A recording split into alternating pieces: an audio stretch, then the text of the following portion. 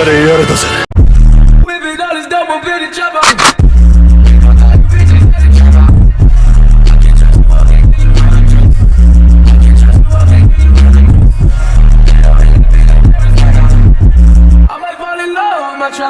everyone, it's Biscord back with another video which is here to help those who often get in Naruto debates and have a habit of pitting the Uchiha against Outerversal characters simply just because they can use Genjutsu, hence why the thumbnail has an Uchiha instead of any other Genjutsu user.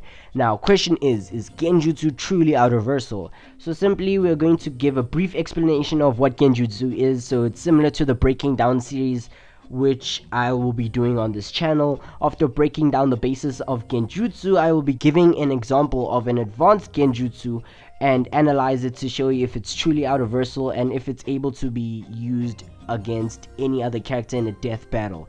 This way a fan can know if these Uchiha characters are truly overpowered against anyone or everyone or not. So the issue with debating fandoms is that they will apply a no limits fallacy to Genjutsu users. Now, for those who don't know what a no limits fallacy is, I'm just going to play a short clip from Seth the Programmer's video explaining what a no-limit fallacy is, simply because he explains it better than what I tried to. Link to his channel will be in the description, and here it is. A no-limits fallacy is where you say that something is unbeatable because it has never been beaten before. So, for example, this sword can cut through everything in a verse where everyone's basically only able to chop down trees or something. So, you know what? You see someone who's just Outerversal, just completely not even bound by the concepts of dimensions or space. And you know what? My tree level sword, since it's never been shown not to be able to cut through something, it just cuts through infinite infinities and beyond. It just goes full Buzz Lightyear on this dude and chops him in half because no limits though. So now that you know what a no limits fallacy is, you know it can be applied to almost anything or everything. For example, Saitama from One Punch Man. But that's a whole topic of its own. We aren't even going to scratch that topic because it's long enough to be its own video, which I will make a video for, by the ways. But anyways, with that in mind, let's look at what Genjutsu is and if it deserves the no limits fallacy rule. So Genjutsu, which literally translates to illusionary techniques, is one of the three main jutsu categories found within Naruto that uses chakra.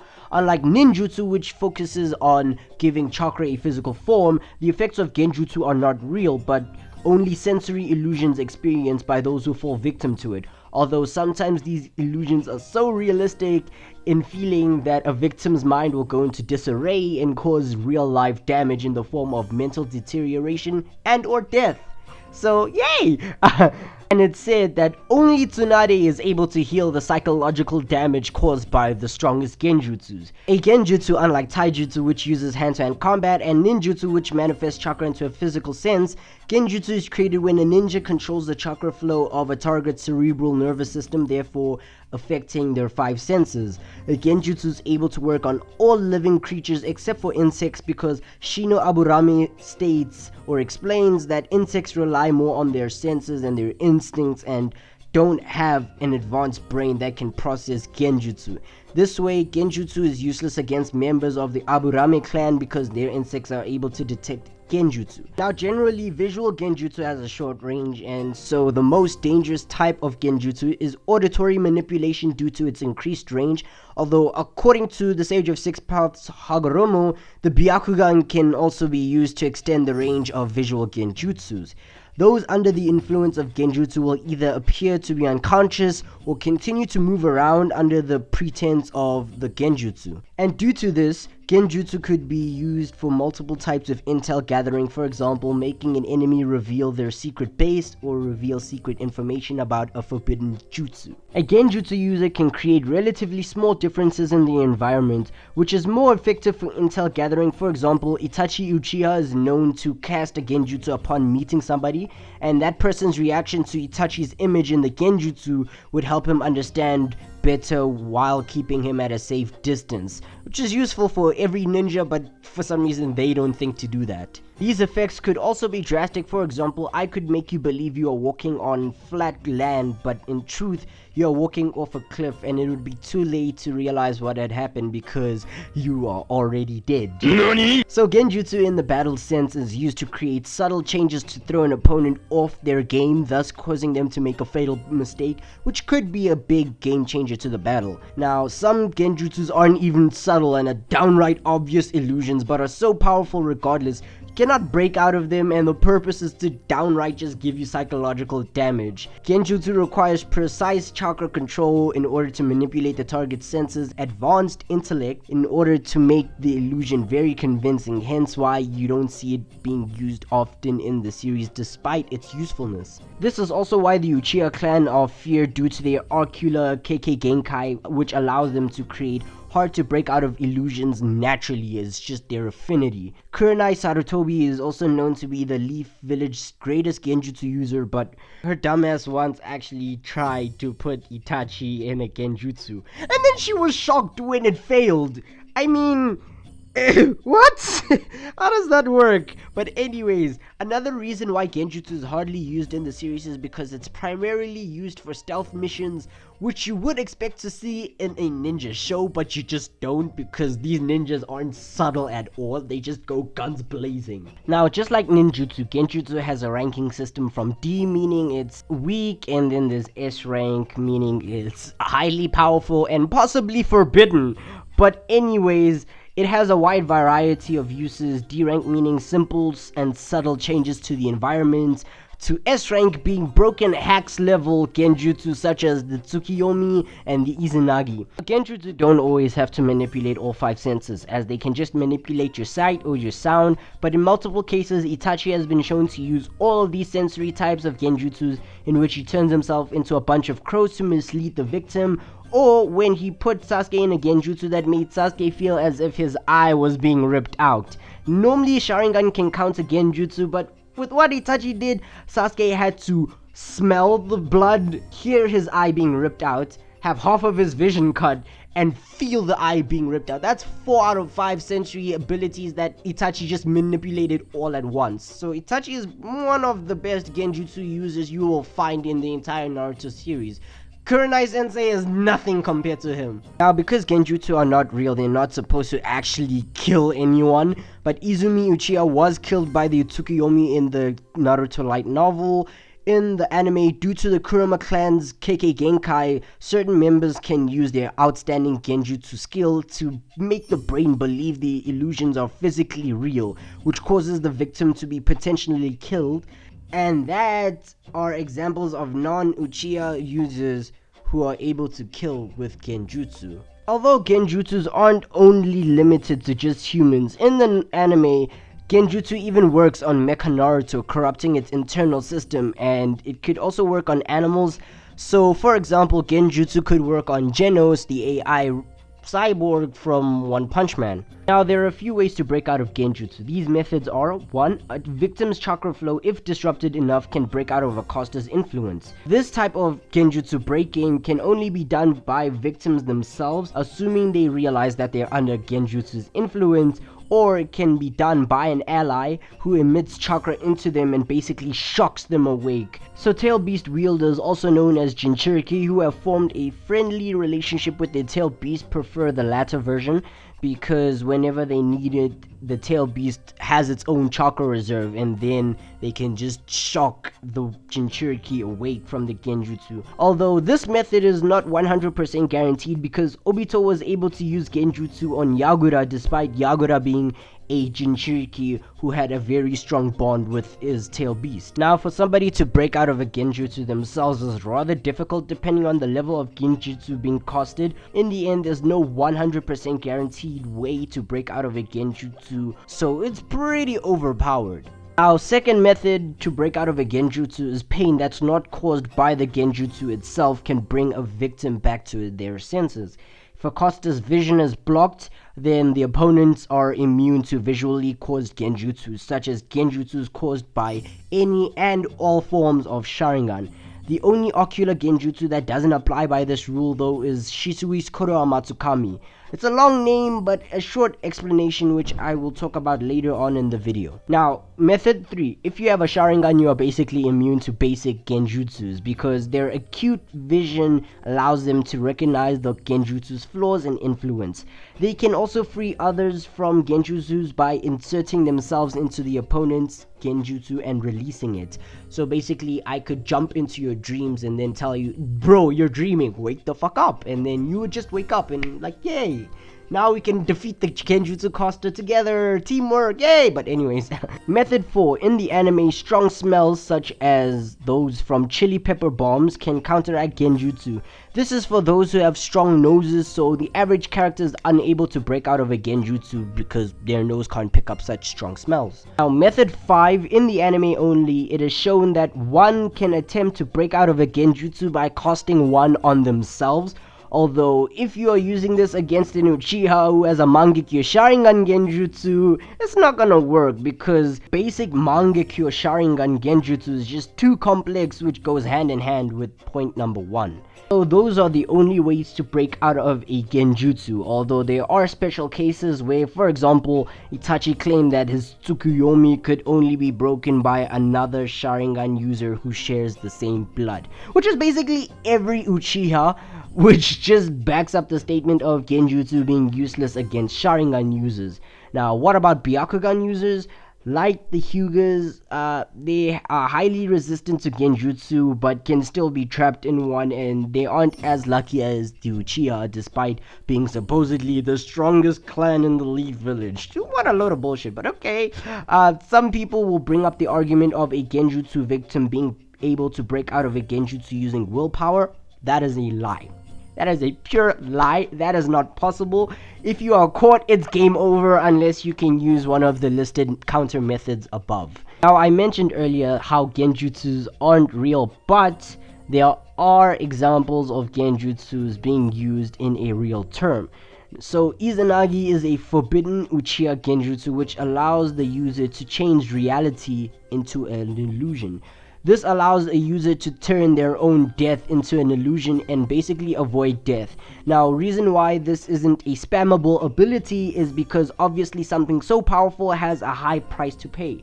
This price is the loss of sight in one eye. So we are now going to be discussing the advanced Genjutsus, which are obviously the Uchiha ocular Genjutsus, most popular one being Itachi's Tsukuyomi, and one which is highly underrated but as deadly or even more deadly, which is Shisui Uchiha's Kotoamatsukami, which is a long ass name but it's cool either ways. Now, what is Tsukuyomi? Directly translating to Moon Reader, Tsukuyomi is known as the second strongest ocular Genjutsu, and it's an ocular Genjutsu with a range of 2 meters. I mean, it's only 2 meters within the game, so if this was a game, you'd have to get very up close and personal with your opponent to use this Genjutsu, but in reality, within the anime, the Genjutsu's range is as long as you and the user can make eye contact. It doesn't really matter how long that distance is because a Byakugan user can see very far away, and if you look very far away and then accidentally catch some eye contact with Itachi, it's game over, you're screwed. So the distance is as long as you can keep eye contact. Really doesn't matter how wide that distance is. After making eye contact with the target, Itachi Uchiha traps them in an illusion of his own making. With the Tsukuyomi, Itachi can alter the victim's perception of time and make victim feel as if they've been tortured for days or even years, when in reality it only happened in 1 second. Examples of this was when Itachi stabbed Kakashi for what Itachi claimed was 3 days in the Genjutsu realm, which was dragged on and it felt like 3 years, but then actually happened in a split second in real life. This caused Kakashi to be out of commission until he had to be healed by the best medical ninja in the Naruto world due to the mental deterioration, and he had entered a literal coma. Basically speaking, the ability makes you experience 3 days worth of pain, but Itachi can manipulate how long you perceive these 3 days and make it feel like 3 years. So basically speaking, he can manipulate how long it takes for these 3 days to pass, hence the feeling of 3 years. It's complex when explaining it, and I know there's a way to justify or explain it much easier, but this is the best I could come up with. If you watch the anime or if you read the manga, you'll actually see it in action and it makes more sense that way. But imagine Itachi could make you experience the pain of giving birth for 3 whole years. That is torture beyond torture standards. That's a whole nightmare even Freddy Krueger would fear. Another example is when he used the Tsukuyomi on his lover and made her experience a whole life movie of her and Itachi in a moment so that she could die of old age peacefully and with a smile, which caused her actual body to die as well. So the Tsukuyomi, as I said before, can be edited to Itachi's wishes from torture to euphoria. It also make you relive trauma all over again and over and over and over and so forth and so on until your mind actually breaks. So the reason why Tsukuyomi has the ability to control the perception of time is due to its namesake being Moon Reader and how one uses the moon to tell the passing of time. It's more deep than that, but I was just dumbing it down and summarizing it so that this video doesn't get dragged on even more. Now, Tsukuyomi's illusions are usually represented as an inverted grayscale, and in the anime, there's usually a giant red moon in the sky. Because of the power of the gOkU Sharingan and the speed in which the Tsukuyomi works, normal methods of countering the Genjutsu are ineffective against it, making it absolutely overpowered, and it's a hacks technique. When it's effective, it is fucking effective. But as the law goes, with most things or hacks abilities, they have major downfalls. Itachi's downfall is that he's unable to spam the ability due to the amount of chakra and concentration it requires. So when I mentioned the whole amount of chakra it takes, I mean after using it once, it's not advisable for Itachi to fight afterwards. Like, that's how much chakra it takes from him. I mean, he doesn't need to spam it though, because once Tsukuyomi catches its target, it's basically a guaranteed kill, and if it's not a kill, it's a guaranteed 100% coma. So Sharingan users can resist falling into a coma, and only highly skilled Sharingan users can break out of the Tsukuyomi, but I mean only those who are related to Itachi by blood, because it makes sense that way. And another downfall is obviously the range of the technique. Also, Tsukuyomi is more of a 1v1 technique, as we haven't seen him use it on a crowd of people. Now, speaking of 1v1, Tsukuyomi needs direct eye contact with the victim in order to trap them in said Genjutsu. My guy found a way to avoid this and considered fighting Itachi by only staring at his feet. So obviously, blind people aren't affected by the Tsukuyomi. The biggest downfall of the Tsukuyomi is how, like gOkU abilities, it causes strain in the eye, causing blurriness, and so the more Itachi uses it, the more blind he gets. A price to pay for something so powerful, but it's worth it in some sense, somehow. So that's all there is to it about the Tsukuyomi. So if you're going to use Itachi in a debate, do know his limits, unless you're going to mention the Edo Tensei version or the reanimated version of Itachi who has unlimited chakra.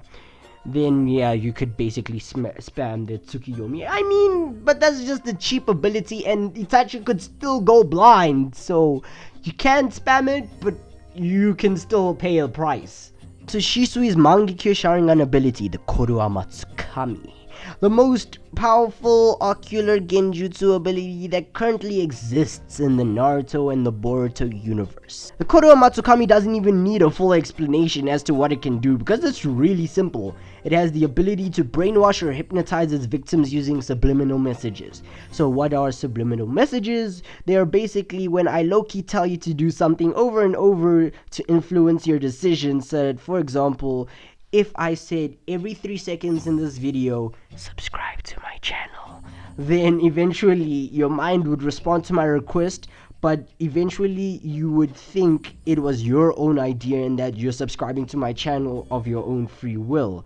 It's a dangerous thing that can exist in real life, and it actually is used in real life, but it is illegal to use subliminal messaging in media, even though it still exists, because it's subtle. So you won't just find it like that. If you actually look for it, then you can find it and you can pursue a whole lawsuit against the company that's using subliminal messaging. Now, the reason why the Kotoamatsukami is so powerful is because victims aren't even aware that they are within the Genjutsu.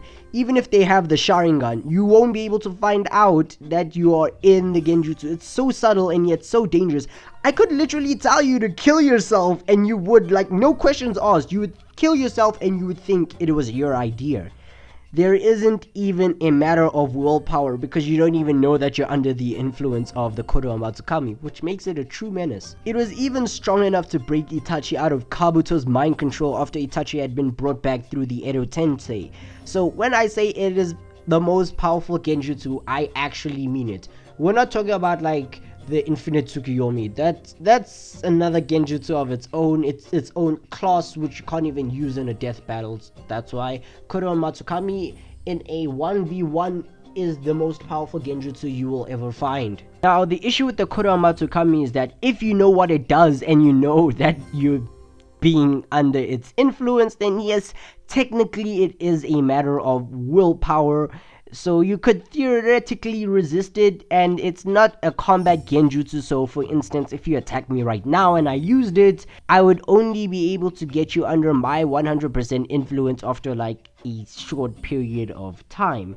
So probably like 2 to 5 minutes. But if you attack me immediately, I cannot resist. I would have to use my actual taijutsus and ninjutsus to counter you while I slowly put you under my influence. Once you are under my influence, it's game over. There's no coming out of it. I don't care. It's like, it doesn't matter if you have willpower or not. Once you are under the influence of the Kotoamatsukami, it's game over. You're completely brainwashed. Now, I mentioned earlier on how the Kotoamatsukami is the only ocular genjutsu that does not need direct eye contact with its target, which adds more onto its dangers. And for example, when Danzo used it on the 5 Kage during the meeting, and they never saw the eye because it was hidden under the bandages that he has over his face. Now, being blind doesn't save you from this ability either, because you can still be trapped by it unless you have no sensory functions whatsoever and are borderline retarded even to a retard standard. It's game over, man. As long as you are within the user's field of vision, it's just game over. There's no fighting it. Just actually kind of the reason why Shisui didn't appear within the war arc in the end of Naruto Shippuden. If he had been brought back through the Edo Tensei and he was under Kabuto's influence, it would have just made the entire arc easy. It would have just killed everyone. It would have just influenced everyone, and it's just way too overpowered. That's probably the main reason why Shisui wasn't brought back within the war arc, and then they just put the excuse that, oh, we couldn't find the body. Now with the Kotoamatsukami's range, it's literally just you have to be within the user's field of vision in order to be trapped by it. Doesn't matter how far you are, as long as he can see you, it's game over. But just like the Tsukuyomi, the Kotoamatsukami has the same weaknesses in terms of chakra use and the eyes going blurry thing, so keep that in mind. Itachi and Shisui only have to use these genjutsus as a last resort or a first strike.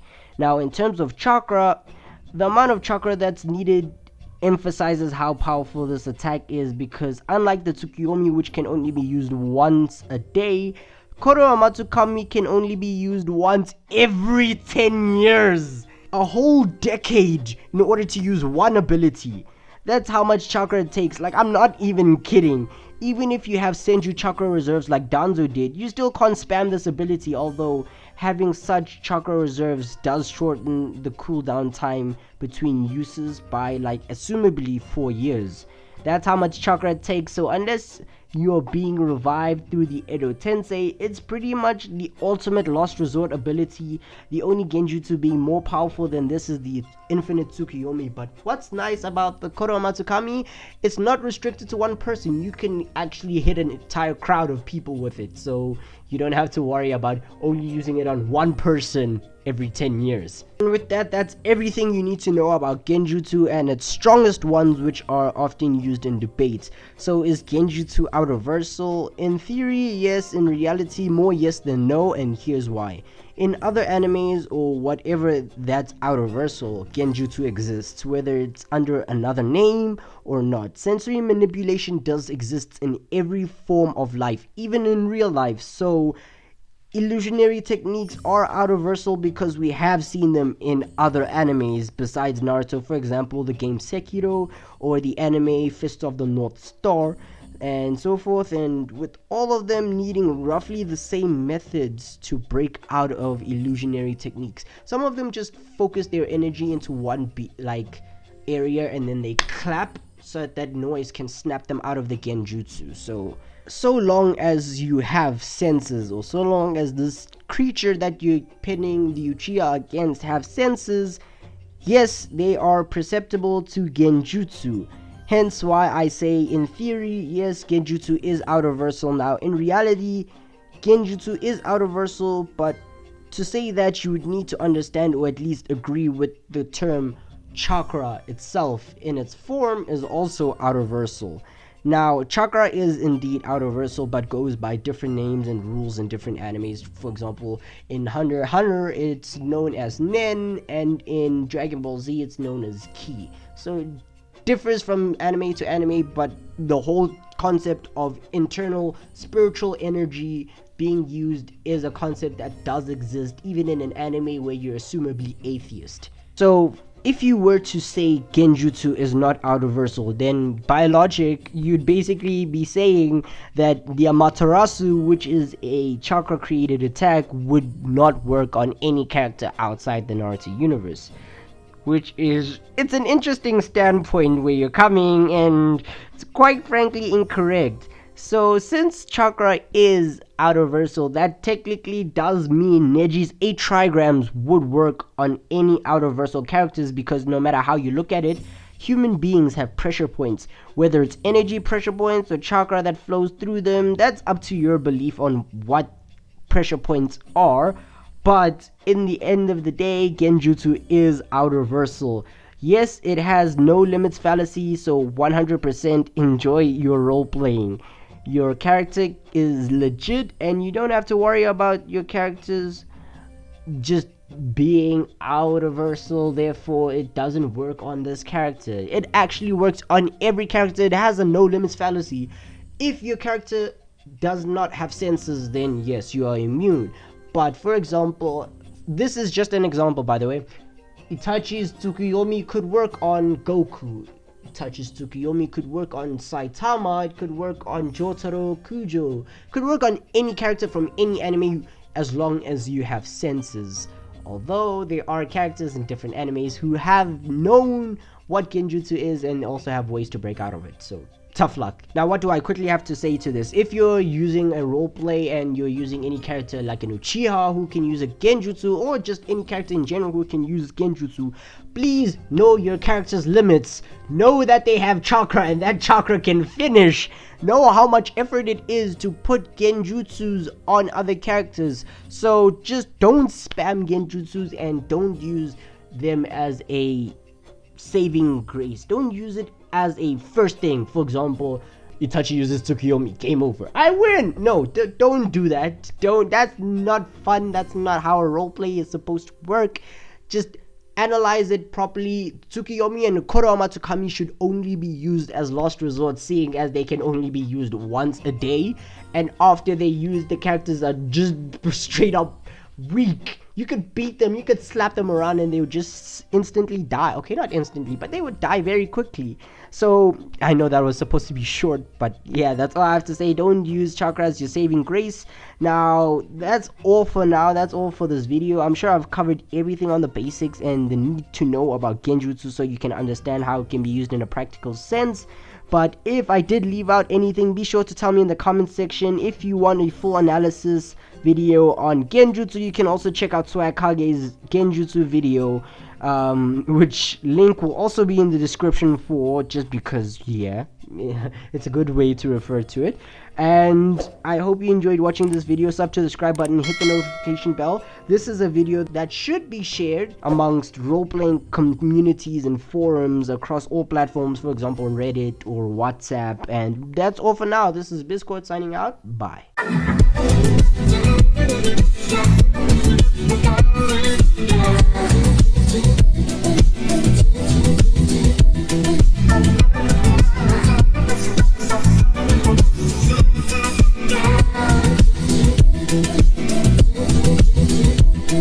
So while I was was editing this video and I was finishing it off, shortening it and trying to do everything, I remembered once in the old Naruto games, the Naruto Ultimate Ninja 1 and 2 and 3. I'm not sure if Itachi was in Ultimate Ninja 1, but anyways, I remember whenever you would use your Tsukuyomi, right?